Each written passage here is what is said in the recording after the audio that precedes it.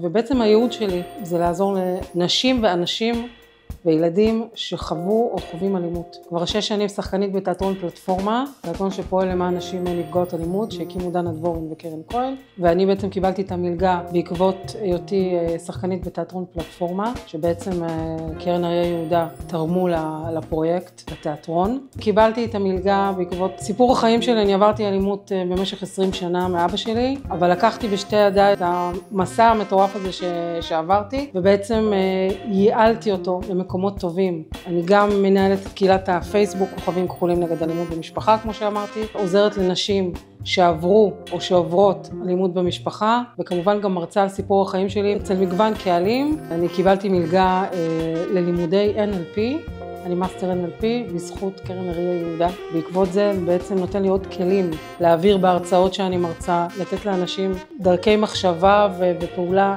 וכלים כמובן להתמודד עם טראומות וקשיים בחיים שלהם. אני לפני 6 שנים בעצם נכנסתי לתיאטרון פלטפורמה. חלום שלי גם לעמוד על הבמה, לספר את החיים שלי, את מה שחוויתי, אבל ממקום חזק ולא ממקום קורבני.